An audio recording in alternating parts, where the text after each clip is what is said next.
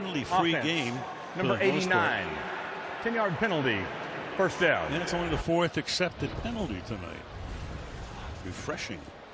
Tyler Higbee. There it is. So the longest streaks is the youngest head coach, John Gruden, and it was McVay who was an assistant wide receivers coach for Gruden in Tampa Bay in 08, and then John Madden, who, when we talked to Sean about this yesterday, he guessed that Madden was number 1. Couldn't believe Gruden was number 1, and he could be number 1 next year unless, let's say, maybe Ben Johnson gets a job. Yeah, he'd be a younger, the very highly heralded offensive coordinator of the Lions right now. 1st and 20 after the penalty. Rivers to the 26. And I think everybody's always marveled how young he is and what an offensive genius he is, right? And he's had so many assistants go on to do great things. I think what he's done since they won the Super Bowl in 21 right here, had a really tough year last year with injuries, lost a lot of great players, had to rebuild it this year. They start 3-6, have some injuries, and all of a sudden they've won 4 of their last 5, potentially 5 of their last 6, and they found a new identity. What he's been able to do these last 6 weeks.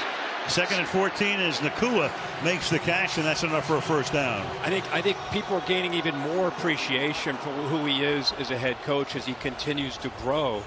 And I think he's just showing he's reinvented himself offensively with Matt Stafford and with this new offensive line and Kyron Williams, the rookie receiver, Nakua, to go along with Kupp. DeMarcus Robinson comes over from Baltimore. I mean, it's a completely new roster from who they were 2 years ago. Young, good, getting better. Kind of becoming that team you might not want to see in the playoffs the way things are going right now.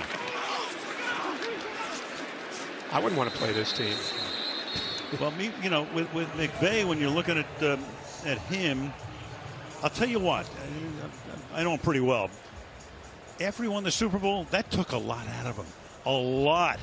And he was even thinking about, believe it or not, maybe stepping aside, maybe going into broadcasting. Didn't know. This was, a few days afterwards. And part of the problem, too, was he knew he had to have a whole new staff. And he had to go back. And he'd reached the mountaintop. And now he's got to go, interview like 8, 10 new coaches. Took a lot out of him. Yeah, had to start all over. Yep. 2nd and 11.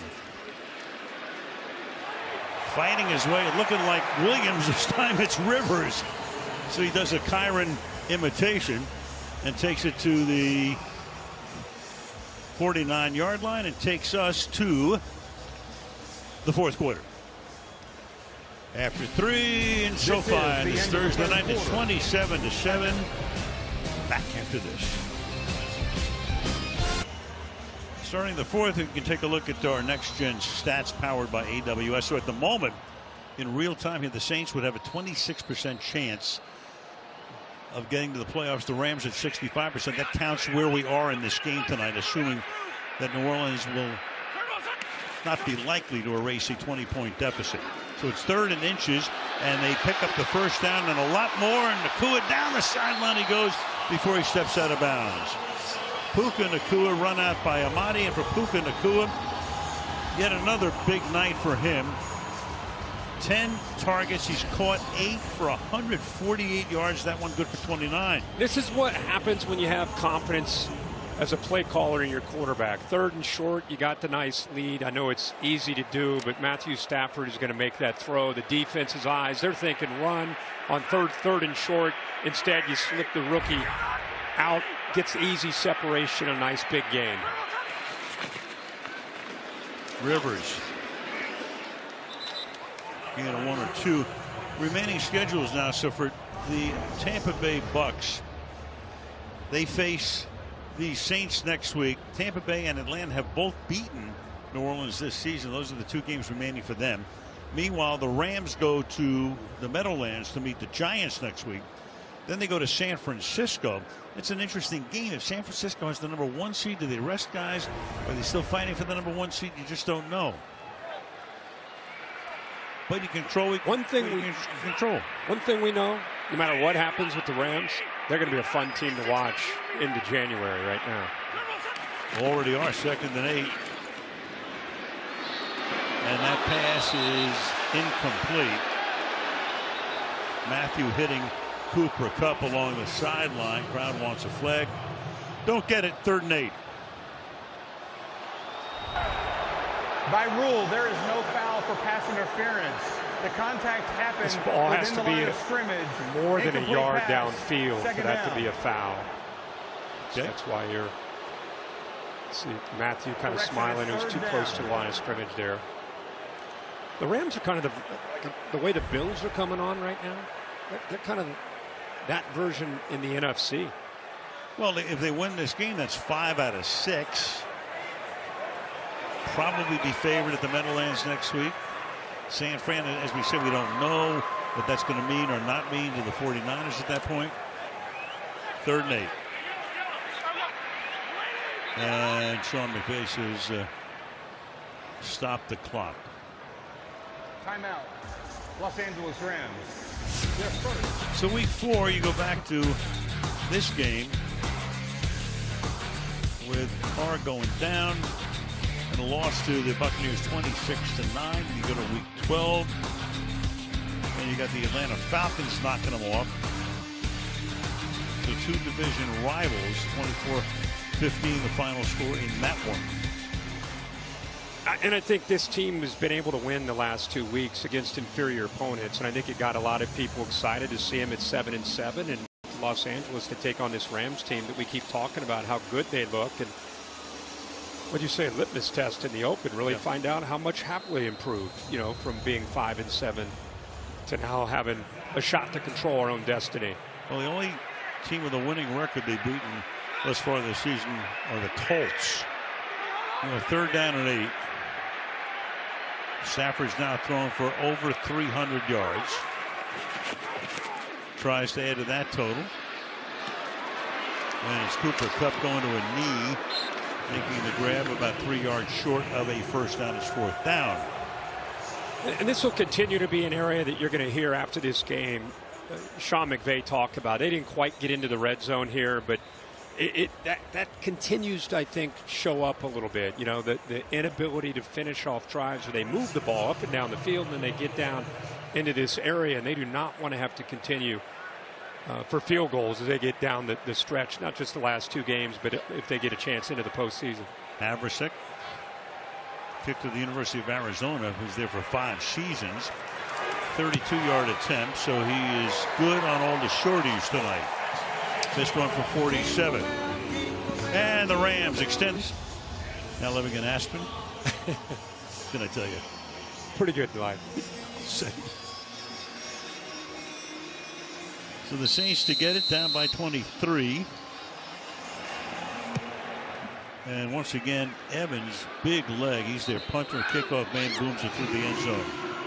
Let's take a look at our next gen stats powered by AWS, and it's got the pre-snap movement that we've seen all year from this Rams team tonight. 90% of different kind of shifts and motions. We talked about their personnel groupings and how they create a lot of confusion with their versatility of these receivers. Say top 3 on the season.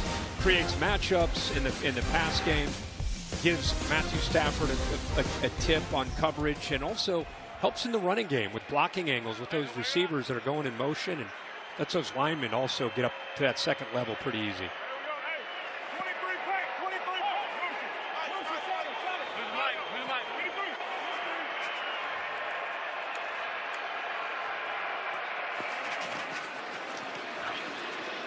Carr checks it down. Kamara unable to get on track. Alvin's been, you know, he's still, and there is Sean McVay just along the side. You look at Nakua, you look at Kupp. There's a shot glanced by Wentz, but you know, Kamara maybe not as explosive as he has been in the past, but still a very good back. Yeah, great back, but tonight a non-factor. Right. I mean, if the Saints were going to come in here and win, you figured 41 was going to have to go over 100 yards, you know, yards from the scrimmage yards, and tonight he's just not been a factor at all. Yeah, 19 yards on the ground. Here he is again, and the minute, of course, we start talking about him not having a good night, he has a nice play here. Quentin Lake knocks him down. He's now caught 3 balls, but including that one for 9 yards, only for 14 yards total. Yeah, and I think it's pretty obvious Raheem Morris made him a priority. You know, when you have a difference maker like that, they want to take him out of the run game and the pass game. Over the middle, caught, 50-yard line. Olabi makes that grab there, ball at midfield, first down. 8 catches for Olabi tonight, 116 receiving yards for him. 3 times tonight they turned the ball over on downs. One other time a pick. To the outside. 3 or 4 yard gain for Shaheed. And Quentin Lake is there to make the stop. I know things change. You know, in the NFL, it's a week-to-week business. But this Rams team now has about 5 or 6 weeks where they've played the same kind of football. And it just looks like an unselfish group, you know, and a team that plays together. 2nd and 6. Again, check it down here. Close to a first down, Jamal Williams.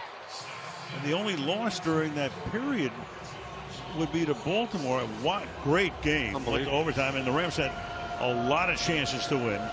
Couldn't seal the deal. That would be their only loss.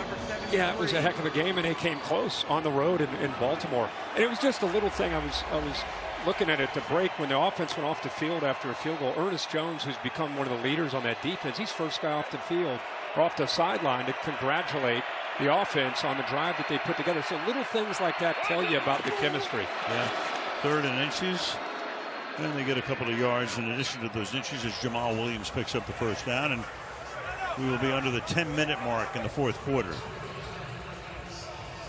So the Saints, again, you go to next week. Huge game, don't have to tell you. Meanwhile, you know, Tampa Bay, they get beat on Sunday or whenever the game is this week. I've lost track with every day of the week. That'll make things even more interesting. Carr throws, caught, but Kamara cannot even get out of the backfield. Quentin Lake makes that tackle. Quentin Lake is, I think, really finding a home there in that spot, nickel spot. 2nd-year man out of UCLA. Has some great instincts. I think they thought he'd be more of a safety with what he would do as an NFL player, but really settling in, showing the versatility to play in coverage and space, tackles, blitzes, does it all. 2nd and 13. Catch made here. 31-yard line. We're talking about Tampa Bay. They are at home this week. Jacksonville goes there.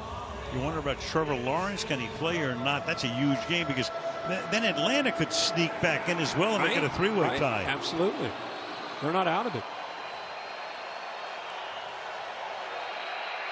3rd down, 5.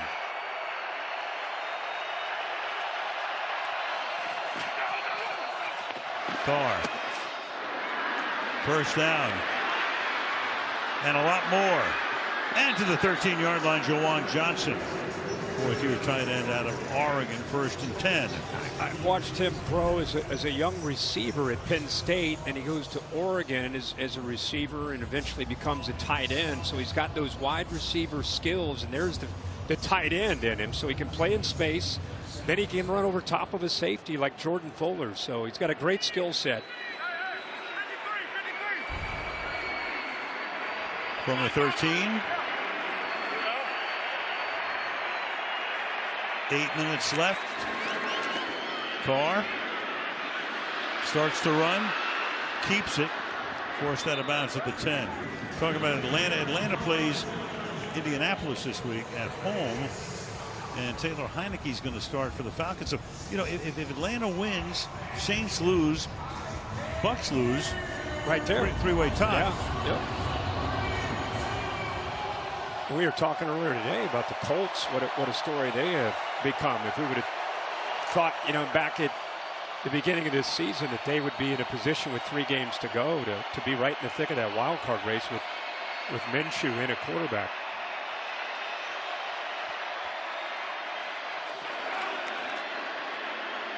Carr under pressure, gets it away. Kamara makes the catch, and a nice ankle tackle is made there by Christian Roseboom, stopping him for a 3rd down, 3rd and 2. It's 10 straight completions now for Carr and a lot of dink and dunk. Roseboom is another example of a guy that's been more of a special teams player early in his career, and now has taken on more of a bigger role, obviously, at linebacker, and taken advantage of it next to Jones.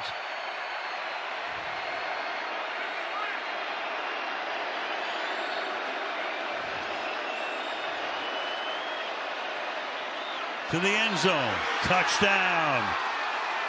Jawan Johnson makes the grab.